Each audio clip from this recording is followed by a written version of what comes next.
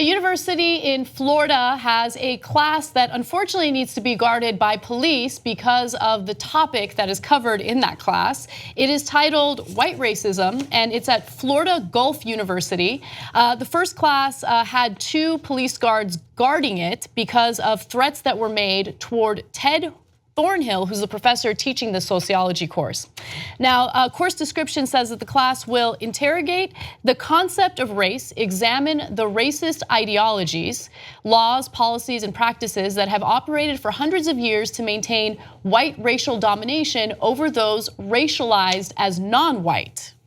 Now, some of the threats that the professor received included the standard death threats, which most public figures experience at some point, but also some comments including the following. Cancer, stage 4, is what you and your family deserve for spreading hate, lies, and intolerance. Interesting. Another person wrote in, I would ask that you stop using the name Ted and Thornhill, as I feel you are using a cultural appropriation. Change it to Abongo Divinantre, you racist pig. Oh, no irony there at all. No, give him a racist name and then call him a racist. No, and that went right over his head. And then this next one appears to be sent by Donald Trump because of the use of all caps, but probably not sent by Trump. It says, I bet membership in the Klan is probably skyrocketing because of radicals like you. Caps locks are my favorite. Yeah. Okay. Yeah, and of course they called him a subhuman mongrel, right, while saying, how dare you say there's white racism. Okay, every one of those missed the concept of irony. So now let's break it down.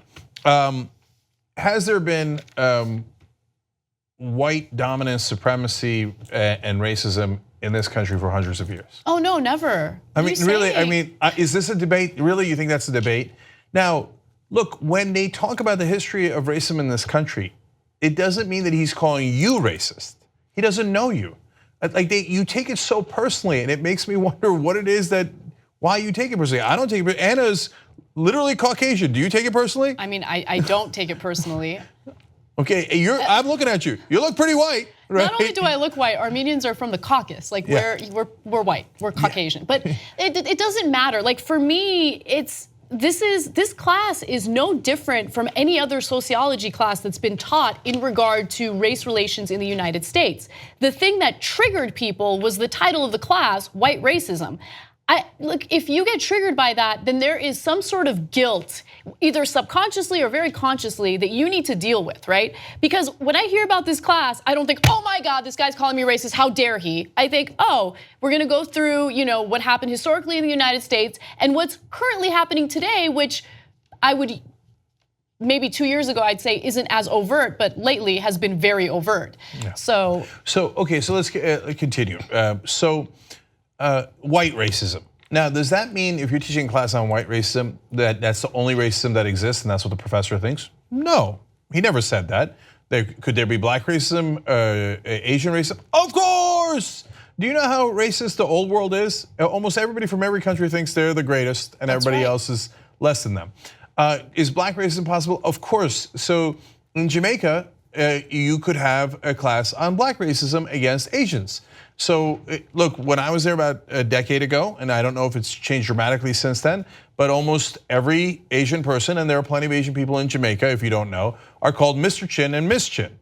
And I have friends who are Asian and Jamaican, and they don't appreciate it, okay? So if you were doing the class in Jamaica, you would do one on black racism, right? Mm-hmm. If you were doing it in China, you might do it on Chinese racism. But in America, what is the predominant form of racism? Of course it's white racism.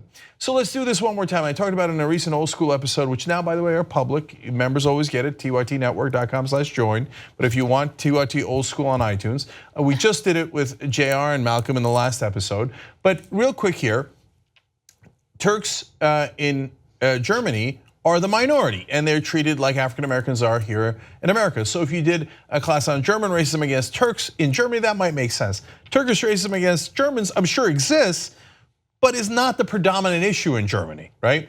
On the other hand, if you're in Turkey where Turks are the majority, then a class on Turkish racism makes all the sense in the world.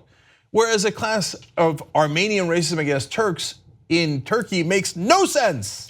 right? Because Turks are the majority in Turkey. Right. So these are simple concepts, but you don't care to understand these concepts if you think, no, I can't, there's no such thing as racism. Why won't black people know what their role is? So for me, this goes beyond this specific topic of racism. This goes toward a broader topic that's been ongoing regarding college campuses and free speech. So for me, it's important to allow various perspectives to be represented on a college campus, even if it's a perspective that you disagree with, because you are supposed to be in an environment that challenges your preconceived notions. And so when you have the Ben Shapiros go onto the Berkeley campus to give a speech, I don't like that people try to stop that speech from happening. Even if you dislike Ben Shapiro, even if you disagree with his ideology, I think that there is value in hearing what he has to say. I listen to his podcast time to time,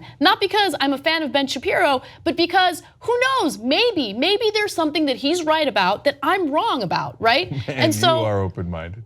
Well, because here's the thing, I think that we as humans, it's a human instinct. Like we all kind of revert back to our comfort zone and we remain in our little ideological bubbles, and I want to be challenged, right? And so every once in a while I'll hear an argument on the other side that I think is valuable and it'll make me do a little more investigating. That's a good thing.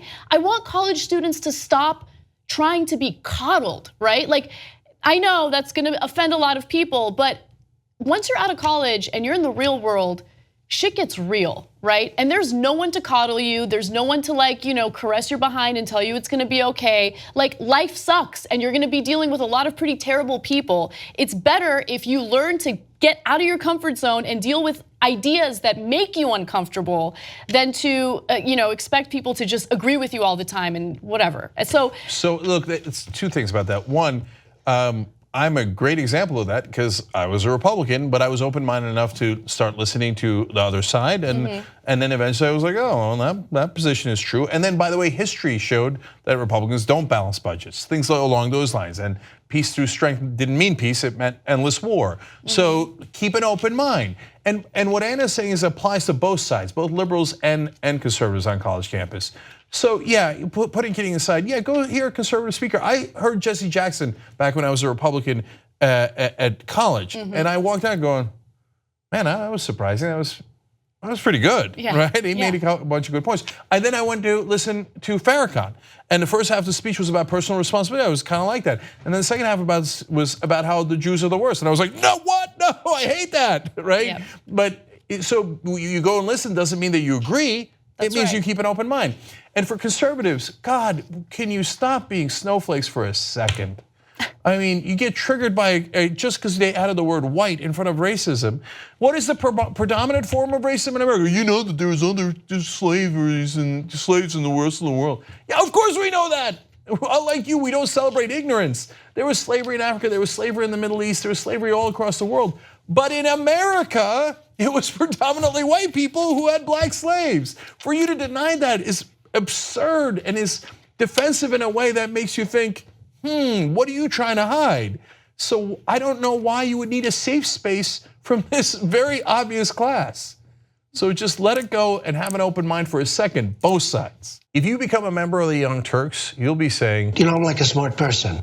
So do it right now, tytnetwork.com/join. Get the whole Young Turks show every day.